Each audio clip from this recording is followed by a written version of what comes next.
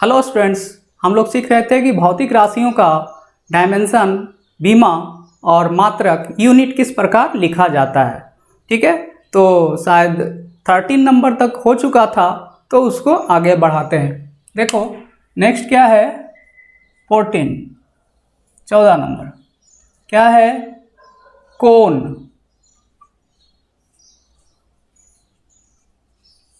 Angle theta से denote करते हैं। ठीक है, तो बहुत आसान है। कोण बराबर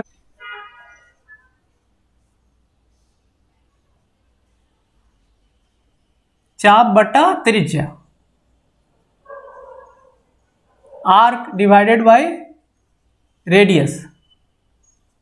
ठीक है, यानी कि अगर कोई सर्कल वृत्त ले लो और ये इसका क्या है, त्रिज्या, और ये चाप लिया, क्या है ये चाप, आर्क, इसका लंबाई L, यहाँ से यहाँ तक का लंबाई, मान लो A पॉइंट और B पॉइंट, लंबाई L। तो ये चाप केंद्र पर, ठीक है, एंगल बनाएगा, थीटा इसको ले सकते हैं, और त्रिज्या क्या है, R है। तो थीटा बराबर चाप यानी L और त्रिज्या R, ये फॉर्मूला है। और इस फॉर्मूला पुट करोगे तो डायमेंशन बीमा मिलेगा। क्या है बीमा, देखो डायमेंशन थीटा का, ये क्या है, चाप। चाप भी एक प्रकार का लंबाई है, तो उसके लिए क्या लिखोगे, L। ठीक है, त्रिज्या क्या है, त्रिज्या भी एक प्रकार का लंबाई है, तो उसके लिए क्या लिखोगे, L। ठीक है, अब देखो तो L L कैंसिल हो गया, इक्वल टू 1। 1 का मतलब क्या हुआ, इसमें कोई डायमेंशन नहीं है, बीमाहीन, डायमेंशनलेस। क्यों, देखो तो इसमें द्रव्यमान पर 0 यानी कि 1, लंबाई पर 0 यानी कि 1, और समय पर 0 यानी कि ना तो इसमें द्रव्यमान है, ना इसमें लंबाई है, ना इसमें समय है, तीनों में से कोई चीज़ इसमें नहीं है। तो ये जो भौतिक राशि है कोण, वो क्या है, बीमाहीन। क्या है, बीमाहीन।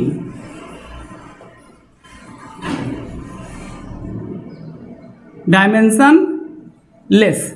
कोई पूछे कि कोण का बीमा क्या है, तो क्या बोलोगे, ये बीमाहीन है, यानी कि इसमें कोई बीमा नहीं है। ठीक है, डायमेंशन लेस है। अगर लिखने के लिए बोले कि ऑब्जेक्टिव में आ जाए और ये ऑप्शन रहे या ये ऑप्शन रहे बीमाहीन, तो दोनों में से कोई कर सकते हो। ठीक है, दोनों एक ही बात है।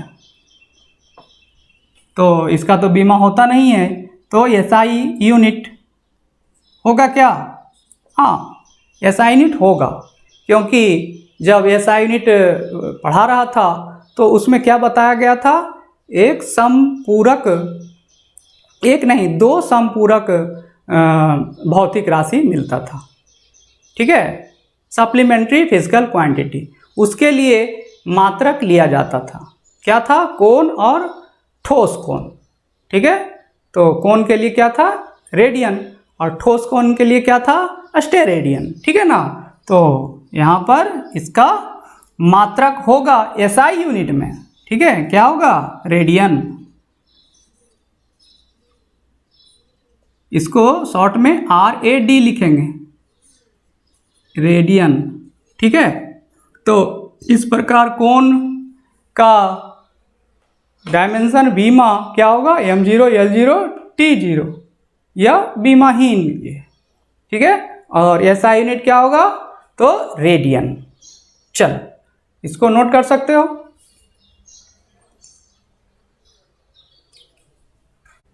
हाँ, नेक्स्ट नंबर देखते हैं, 15 नंबर, कोणीय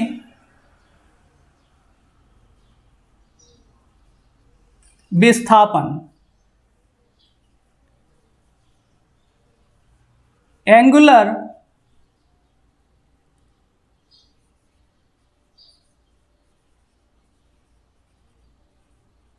डिस्प्लेसमेंट, इसको भी थीटा से डिनोट करते हैं। क्या है, कोणीय विस्थापन एंगुलर डिस्प्लेसमेंट। देखो, हाँ, तो कोणीय विस्थापन क्या है ये हम लोग जानेंगे। विस्थापन पहले समझ लो कि मान लो कि एक वस्तु है, ए पॉइंट से चला और बी पॉइंट पे पहुंच गया और न्यूनतम दूरी तय किया। न्यूनतम दूरी तय कैसे करेगा? जब एक सरल रेखा पे ये चलेगा, ठीक है। तो यहाँ से यहाँ तक गया, तो न्यूनतम दूरी जो तय किया उसी को क्या कहते हैं हम लोग? विस्थापन। यानी कि ये लीनियर मोशन, रेखीय गति में वस्तु है, तब तुमको क्या मिल रहा है? विस्थापन मिल रहा है। अब यहाँ पे विस्थापन के पहले एक वर्ड आ रहा है कोणीय विस्थापन। तो ये हम लोग चले गए वृत्तीय गति में, सर्कुलर मोशन में, ठीक है। जब कोई वस्तु एक वृत्ताकार पथ पर चक्कर काटता है, घूमता है, तो उस तरह की गति को क्या कहते हैं? वृत्तीय गति कहते हैं। जैसे यहाँ पे एक वृत्त बना हुआ है, इसमें कोई वस्तु इस तरह से मूव कर रहा है, चल रहा है, तो उस वस्तु का गति कैसा गति कहलाएगा? वृत्तीय गति कहलाएगा। अब देखो, अब कोणीय विस्थापन को हम कैसे समझेंगे कि कोई वस्तु है, यहाँ से चला और यहाँ पे पहुँच गया, ठीक है। ए से चला, बी पे पहुँच गया, तो केंद्र पर कुछ कोण बनाया, देखो ना, थीटा कोण बनाया। यही थीटा कोण क्या है? कोणीय विस्थापन। यानी कि समझ में आ गया, जो कोण बना रहा है वो वस्तु केंद्र पर, वही कोणीय विस्थापन है, ठीक है। क्लियर हो? बहुत आसान है। देखो क्या लिखोगे? वृत्तीय गति में वस्तु द्वारा केंद्र पर जो कोण बनाया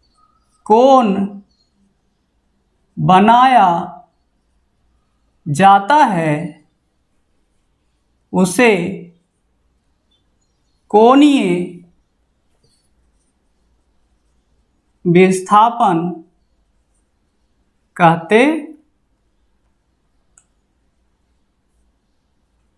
हैं।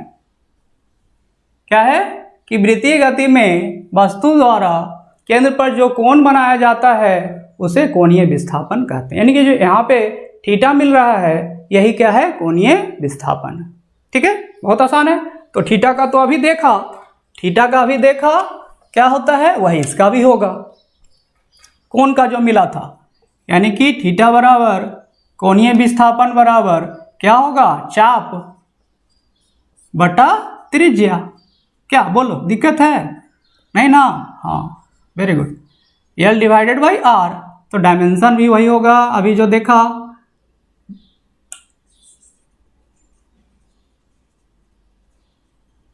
बीमा थीटा का, कोणीय विस्थापन का, ए एल, ये भी एल, ठीक है। बोलो, दोनों कट जाएगा, 1 मिलेगा। इसको क्या लिखोगे? m0 l0 t0। इस प्रकार से ये क्या है? विमाहीन, कोई बीमा नहीं है।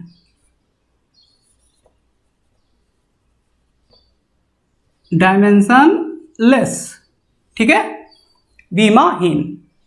एसआई यूनिट तो होगा, एसआई यूनिट लिख दो, क्या होगा? रेडियन, आरएडी, रेडियन, ठीक है।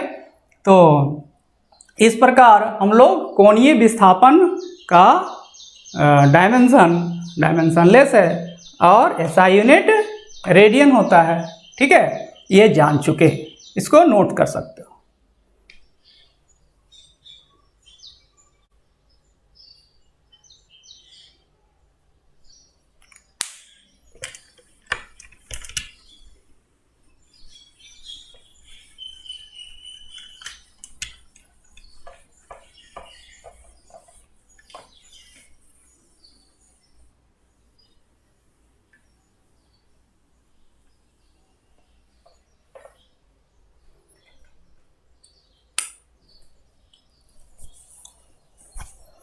हाँ, नेक्स्ट हम लोग देखेंगे 16 नंबर। 16 नंबर में क्या है? कोणीय बेग, एंगुलर वेलोसिटी क्या है? एंगुलर वेलोसिटी, इसको ओमेगा से डिनोट करते हैं। क्या है? ओमेगा। ठीक है, ओमेगा। कोणीय बेग, देखो बहुत आसान है। रेखीय गति में बेग बराबर क्या क्या लिखा था बताओ? विस्थापन बटा समय। तो समझ में आ ही गया होगा कि कोणीय बेग वृत्तीय गति के लिए लिया जाता है। तो क्या लिखेंगे? कोणीय बेग बराबर कोणीय विस्थापन बटा समय। ठीक है, क्लियर हुआ? हाँ, तो लिख दो, बहुत आसान है। यानी कि इसको अगर तुम लिख सकते हो, डिफाइन कर सकते हो, किस तरह से करोगे कि एकांक समय में वृत्तीय गति में वस्तु द्वारा केंद्र पर जो कोण बनाया जाता है उसे कोणीय बेग कहते हैं। हाँ देखो, इसको एक एक नियम पे लाओ। अभी जो देखा वो क्या देखा? ए से बी पर गया। ए से बी पर जाने में मान लो कि टी सेकेंड लगा। कितना? T second. तो टी सेकेंड में वस्तु द्वारा कोणीय विस्थापन, कोणीय विस्थापन क्या? ये जो थीटा कोण बनाया, थीटा, यानी कि यहां से यहां तक गया और समय कितना लगा? तो टी समय लगा, और टी समय में वो केंद्र पर कितना कोण बनाया? थीटा कोण बनाया। ठीक है, तो इसलिए एक सेकेंड कहने का मतलब क्या? एकांक समय। ठीक है, एकांक मतलब क्या होता है? 1। ठीक, तो एकांक समय में वस्तु द्वारा कोणीय विस्थापन क्या मिलेगा? थीटा बटा में टी। यही तो परिभाषा लिखा गया है कि एकांक समय में वृत्तीय गति में वस्तु द्वारा केंद्र पर जो कोण बनाया जाता है, नहीं कि कोणीय विस्थापन जो होता है वही क्या कहलाता है? कोणीय बेग कहलाता है। यानी कि इतना बराबर क्या हो जाएगा? कोणीय बेग। बोलो, कोणीय बेग बराबर थीटा बटा टी, यानी कि कोणीय विस्थापन बटा समय। बोलो, दिक्कत नहीं? इस तरह से याद करो कि रेखीय गति में बेग बराबर विस्थापन बटा समय होता है। रेखीय गति में बेग बराबर विस्थापन बटा समय होता है, तो वृत्तीय गति में कोणीय बेग बराबर कोणीय विस्थापन बटा समय होता है। ठीक है, इस तरह याद रहेगा। चलो, ये तो इसका फॉर्मूला तुमको मिल गया। यहाँ लिख दो। इसको किससे डिनोट करते हैं? ओमेगा से, यानी कि ओमेगा बराबर थीटा बटा टी। ये हमारा फार्मूला है। फार्मूला से मतलब है यहाँ फार्मूला मिला। अब डायमेंशन लिख सकते हो, लिख दो। वीमा डायमेंशन किसका? तो ओमेगा का। बड़ी ब्रैकेट क्या होगा? देखो जरा, इसका अभी निकाल चुके हो। क्या होता है? डायमेंशनलेस, यानी कि M0, L0, T0। बोलो, दिक्कत है? नहीं है। ये क्या है? समय T। तो देखो जरा, M0 तो M0, L0 L0, और ये ऊपर चला गया तो क्या हो जाएगा? कुछ नहीं है तो पावर 1 है, ऊपर जाएगा तो पावर क्या हो जाएगा? -1। तो इस प्रकार से कोणीय बेग का डायमेंशन क्या मिला? M0, L0, T-1। ठीक है, ये मिल गया तुमको SI यूनिट जान लो। ऐसा यूनिट क्या होगा, देखो जरा फॉर्मूला पे आओ। फॉर्मूला पे क्या तुमको मिल रहा है, यहाँ पे थीटा, थीटा यानी कि रेडियन, और इसका समय सेकंड, यानी कि रेडियन पर सेकंड। ठीक है, रेडियन पर सेकंड। तो इसका एसआई यूनिट क्या होगा, कोणीय विस्थापन का रेडियन पर सेकंड। ठीक है, वेग का क्या होता था, मीटर पर सेकंड, इसका रेडियन पर सेकंड। चलो ठीक है, नोट कर सकते हो। हाँ, नेक्स्ट देखेंगे 16 नंबर 16 क्या है, देखो जरा, कोणीय त्वरण, क्या, कोणीय त्वरण, एंगुलर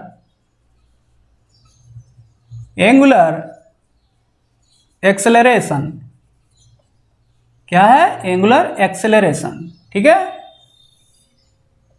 अल्फा किससे डिनोट करते हैं, अल्फा से।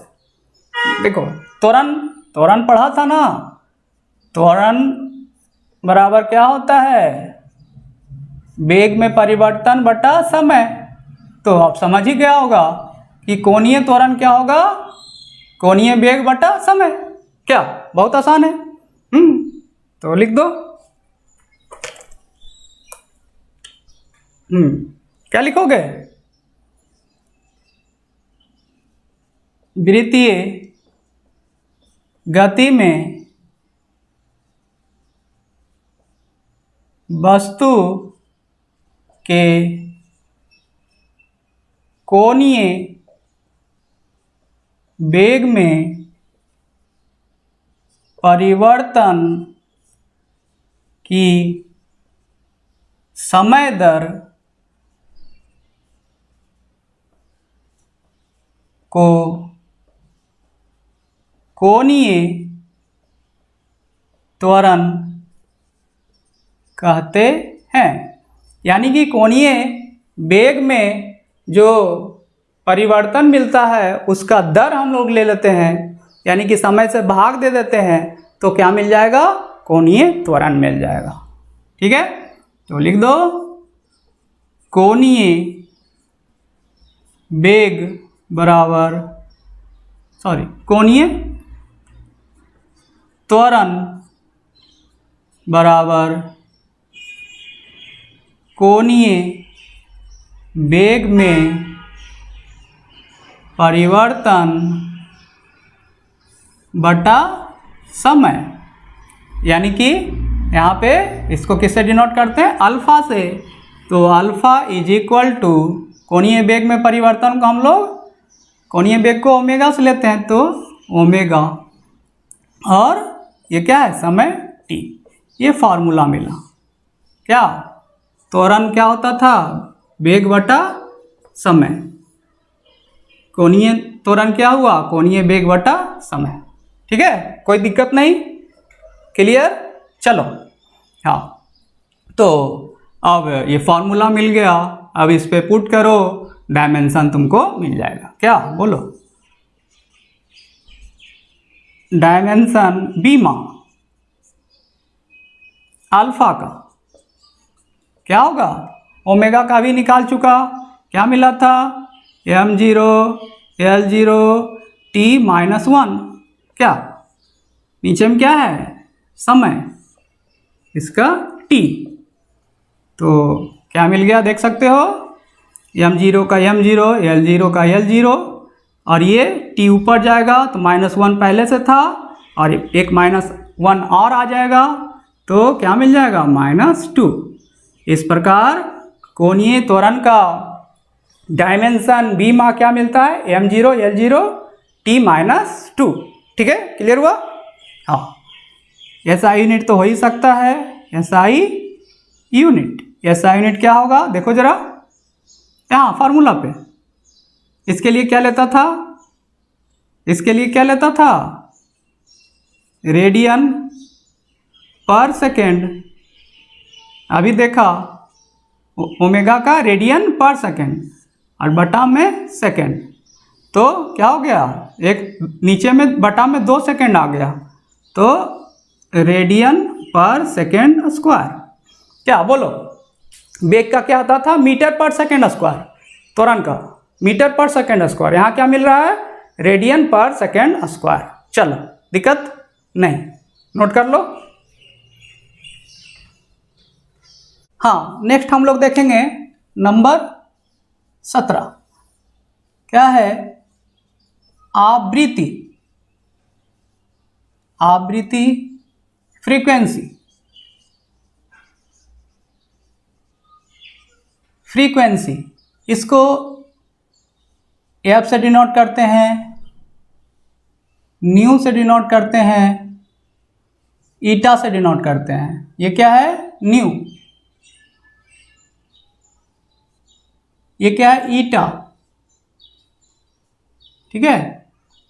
तो ये अलग अलग जगह पे तुमको मिलेगा, कहीं फ्रीक्वेंसी के लिए एफ मिलेगा, कहीं न्यू मिलेगा और कहीं ईटा मिलेगा, ठीक है। तो इसको देखते हैं आखिर ये है क्या। चलो, तो इसको जानने से पहले थोड़ा सा जान लो कि ये आता है कहाँ, तो आवर्त गति में आता है। किस में आता है, आवर्त गति।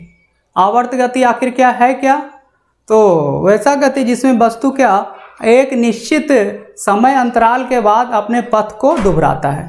जैसे कोई वृत्ताकार पथ पर वस्तु घूम रहा है, तो यहाँ से चला, घूमकर फिर यहाँ आया, तो यहाँ के बाद क्या हो रहा है, फिर दोबारा अपने पथ को दोहराता है। नहीं, सूर्य के चारों तरफ पृथ्वी घूम रहा है, तो एक क्या है, आवर्त गति है। आवर्त गति का बहुत सारा एग्जाम्पल हो सकता है, जैसे ये देख सकते हो कि सिंपल पेंडुलम है। क्या है, एक सिंपल पेंडुलम है, नहीं, तो अब ये क्या कर रहा है, ऑसिलेट कर रहा है। तो इसमें क्या देख रहे हो, एक निश्चित समय के बाद वो अपने पथ को दोहरा रहा है। कैसे दोहरा रहा है, देखो तो जरा, ये यहाँ से चला, यहाँ पहुँचा, फिर वापस यहाँ आया, फिर से यहाँ चलना स्टार्ट कर रहा है, देख रहे हो ना, यानी कि यहाँ से यहाँ वापस यहाँ आया, फिर से उस पथ को दोहरा रहा है। इस तरह के गति को क्या कहते हैं, तो आवर्त गति, यानी कि एक निश्चित समय अंतराल के बाद वस्तु अपने पथ को दोबारा दोहराता है, ठीक है। तो उस तरह की गति को क्या कहते हैं, आवर्त गति कहते हैं। समझ में आ रहा है। तो देखो जरा कि सिंपल पेंडुलम है, ये यहाँ से चला, यहाँ पहुँचा, फिर यहाँ आ गया, नहीं, फिर आप देखो तो यहाँ से फिर चलना स्टार्ट करेगा, यहाँ पहुँचा, फिर वापस यहाँ आ गया।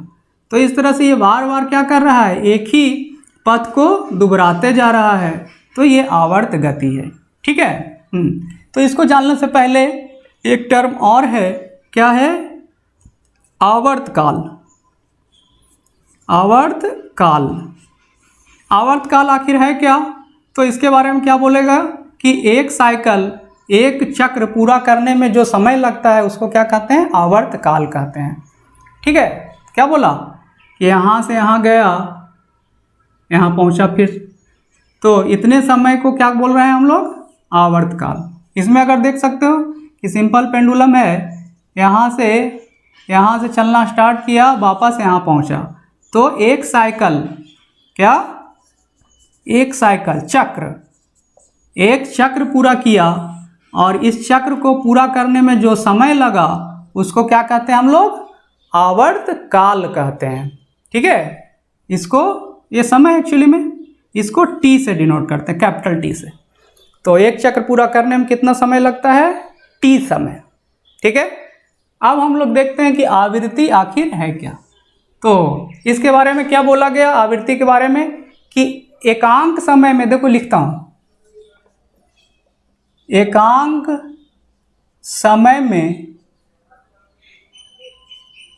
किसी वस्तु द्वारा आवर्त गति में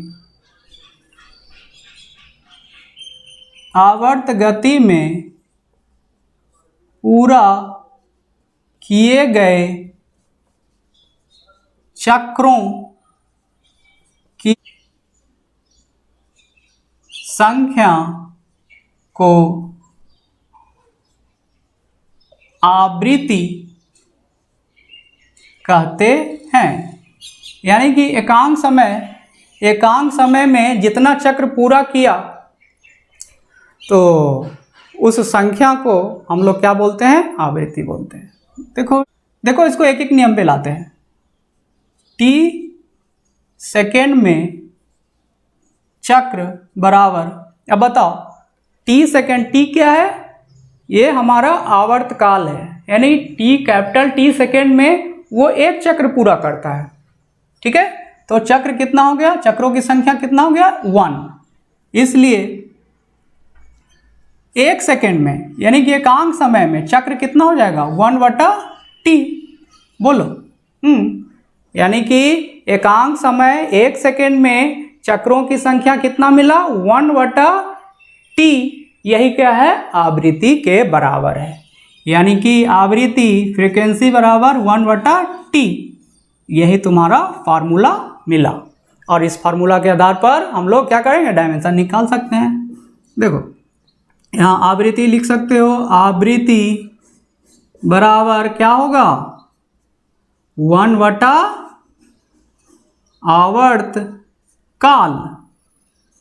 कैपिटल टी क्या है? आवर्त काल है। तो अब डायमेंशन लिख सकते हो, लिख दो। डायमेंशन बीमा, तो इसके लिए क्या लिखेंगे? फ्रीक्वेंसी का डायमेंशन 1/t। आवर्तकाल एक्चुअली में क्या है? समय है, तो उसके लिए क्या लिखेंगे? Capital T. तो इस प्रकार से क्या मिला? ये ऊपर चला जाएगा, ऊपर चला जाएगा तो क्या हो जाएगा? -1। यानी कि डायमेंशन इसका क्या हो गया? t⁻⁻1। इसको इस प्रकार से लिखा जा सकता है। यम द्रव्यमान तो है नहीं तो उस पर 0, लंबाई तो है नहीं तो उस पर 0, और ये क्या है? t-1। तो आवृत्ति का डायमेंशन क्या मिला? m0 L0 t-1, m0 L0 t-1। ठीक है, अब इसका SI यूनिट देखो। SI यूनिट देखने से क्या लग रहा है यहाँ पे कि 1/ क्या? समय के जगह पर सेकेंड, यानी कि 1/सेकेंड। ऐसा लिखने से अच्छा नहीं दिख रहा है, नहीं?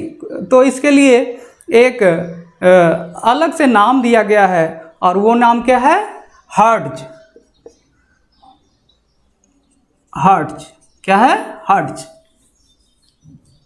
इसको Hz से डिनोट करते हैं।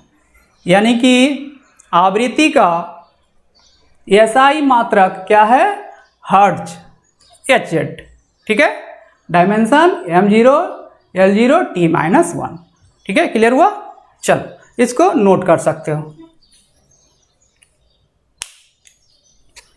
हाँ, नेक्स्ट हम लोग देखेंगे नंबर 17। इसमें क्या है? जड़त्व आघूर्ण, मोमेंट ऑफ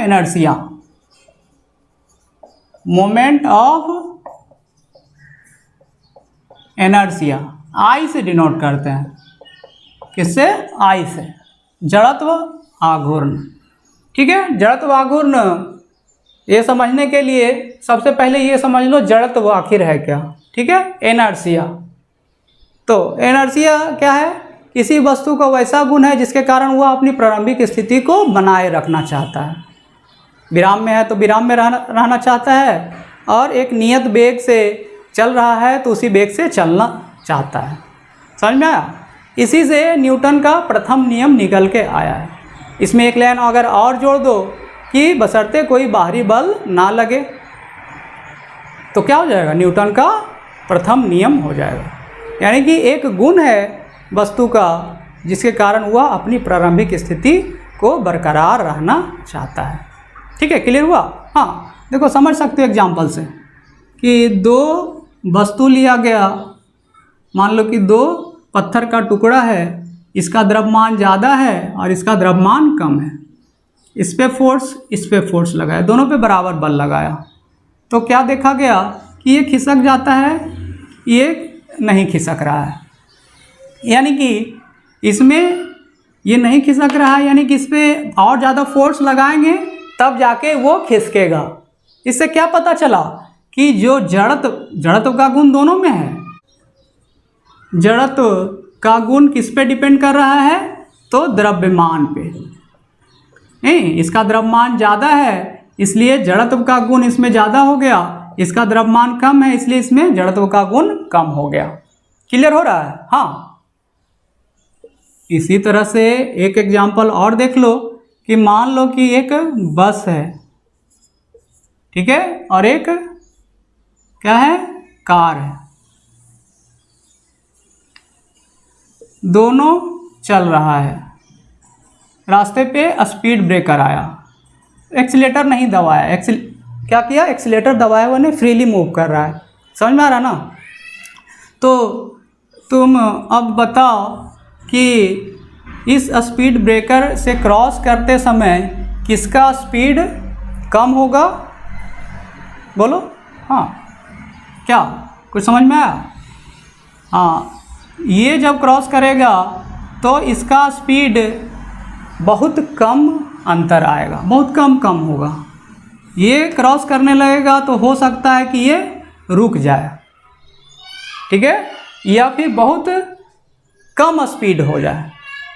इसमें स्पीड में बहुत कम अंतर आ रहा है, इसमें स्पीड में बहुत ज़्यादा अंतर आ रहा है, यानी कि दोनों पे बल समान लगा, लेकिन इसका द्रव्यमान ज़्यादा होने के कारण इसमें जड़त्व का गुण अधिक हो गया, इसमें द्रव्यमान कम होने के कारण इसमें जड़त्व का गुण क्या हो गया, कम हो गया, ठीक है। ये अपनी स्थिति को बरकरार रखना चाहता है, नहीं, ये भी अपनी स्थिति को बरकरार रखना चाहता है, लेकिन इसमें वो गुण ज़्यादा है, इसमें वो गुण कम है, ठीक है। इसको इस तरह से और समझ लो कि अपने ऊपर एग्जाम्पल लो कि घर में बैठे हो, ठीक है ना, पढ़ने के लिए बोला जा रहा है कि हाँ पढ़ो पढ़ो, तब जाकर क्या करते हो, पढ़ते हो, यानी कि तुम में क्या है, एक जड़त्व का गुण है, अपनी स्थिति को बरकरार रखना चाहते हो। क्या मम्मी पापा बोल रहे हैं, खूब बोल रहे हैं, तब जाके क्या कर रहे हो, पढ़ रहे हो। खेलने के लिए चले गए तो खूब खेल रहे हो, उधर से बोला गया कि अब बंद करो, तब जाके क्या करते हो, बंद करते हो, यानी कि खेलने लगे, चलने लगे, ठीक है ना, चलने लगे तो चलने लगे, नहीं बैठे हो तो बैठे हो। ये क्या है, एक जड़त्व का गुण है, किसी में गुण ज़्यादा है, किसी में कम है। किसी को एक बार बोला गया कि हाँ पढ़ो तो पढ़ने लगा, यानी कि उसमें जड़त्व का गुण क्या है, कम है। क्या बोलो? हाँ, तो इस तरह से ये समझ में आ रहा होगा कि जड़त्व का गुण जो है वो डायरेक्टली डिपेंड करता है किस पे, तो द्रव्यमान पे, द्रव्यमान अधिक तो जड़त्व अधिक, ठीक है। अब जड़त्व आघूर्ण आया, एक वर्ड इसमें क्या जुड़ गया है, आघूर्ण, यानी कि ये घूर्णन गति से रिलेटेड लग रहा है। हाँ देखो एग्जाम्पल, इसके लिए भी एग्जाम्पल लेता हूँ तो समझ में आएगा। क्या है कि दो व्हील लिया गया, इसका द्रव्यमान दोनों का बराबर है, ये इस अक्ष के अबाउट रोटेट कर सकता है, इसको घुमाने के लिए बोला गया, इसको घुमाने के लिए बोला गया। तो एक बार में तो लगता है कि दोनों का द्रव्यमान तो बराबर है, घुमाने के लिए दोनों में सेम एफर्ट लगाना पड़ेगा, लेकिन ऐसा होता नहीं है, इसको घुमाने के लिए ज़्यादा बल लगाना पड़ेगा, यानी कि ये अब डिपेंड करने लगा, इसमें जो जड़त्व का गुण था वो डिपेंड करने लगा किस पे, तो त्रिज्या पे। क्या R2 त्रिज्या ज़्यादा है इसलिए इसमें जड़त्व वाला गुण अधिक है। तो इस तरह से जब घूर्णन गति में जब हम देखते हैं तो जड़त्व आघूर्ण डिपेंड करने लगता है किस पे, त्रिज्या पे भी डिपेंड करने लगता है। समझ में? त्रिज्या बढ़ेगा तो जड़त्व आघूर्ण बढ़ेगा, ठीक है, क्लियर हुआ? हाँ, तो जड़त्व हो गया कि वस्तु जब रेखीय गति में हो, अब जब वस्तु घूर्णन गति में आ जाता है तो वहाँ पे क्या मिल जाता है, जड़त्व आघूर्ण मिल जाता है। होता है। मान लो कि ये एक घूर्णन अक्ष है, ठीक है, और यहाँ पे एक बिंदु द्रव्यमान m लिया गया है और ये इस घूर्णन अक्ष के चारों तरफ घूम रहा है। इस तरह से ये घूर्णन अक्ष है और यहाँ पे एक बिंदु द्रव्यमान है और ये चारों तरफ इस तरह से वृत्ताकार पथ पर घूम रहा है, ठीक है। तो इसका त्रिज्या होगा, इसका त्रिज्या r ले ले, तो ये घूर्णन अक्ष।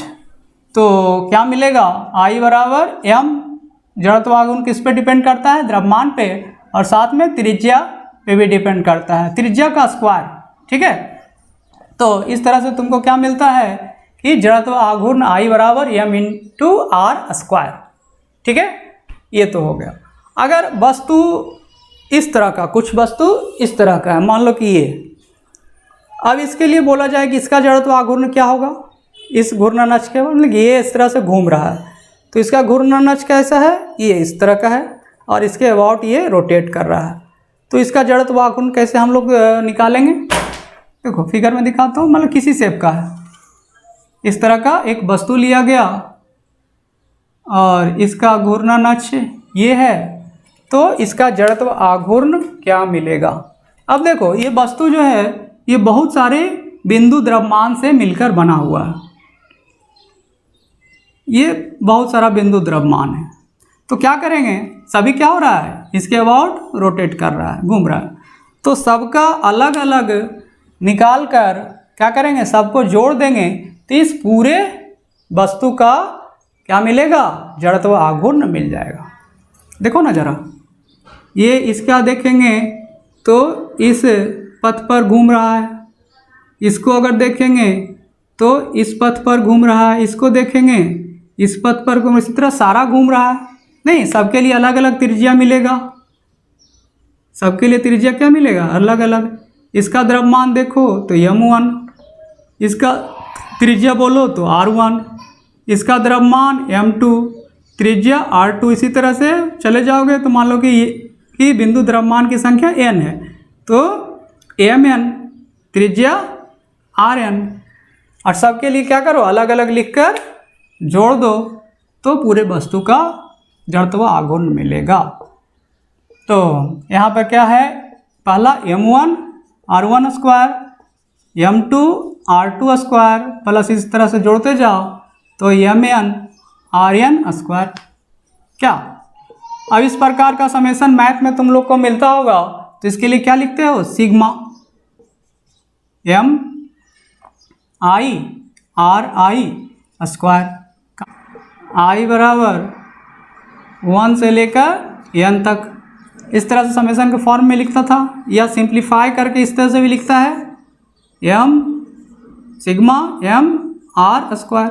नहीं, तो ये फॉर्मूला है किसका, जड़त्व आघूर्ण का, और इस पे हम लोग क्या करेंगे, पुट करेंगे, डायमेंशन निकाल देंगे। क्या बोलो, डायमेंशन बीमा किसका, जड़त्व आघूर्ण का।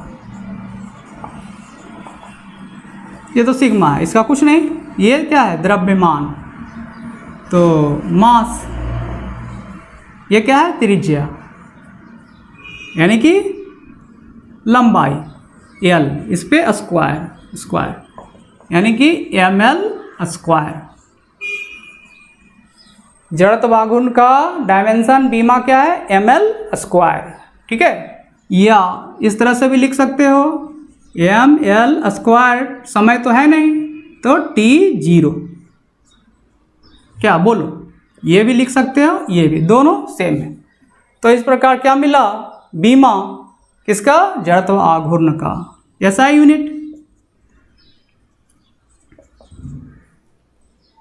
क्या ये क्या है, द्रव्यमान यानी कि kg, ये क्या है, लंबाई यानी कि metre square, kg metre square, ठीक है। CGS यूनिट, द्रव्यमान का CGS में ग्राम, लंबाई का centimetre square, gram into centimetre square. क्या F PS unit, FPS unit में क्या होगा, द्रव्यमान का पाउंड, LV, और लंबाई का foot, foot square, LV foot square. तो इस प्रकार जड़त्व गुण का बीमा और मात्रक हम लोग को मिलता है। चलो इसको नोट कर लो।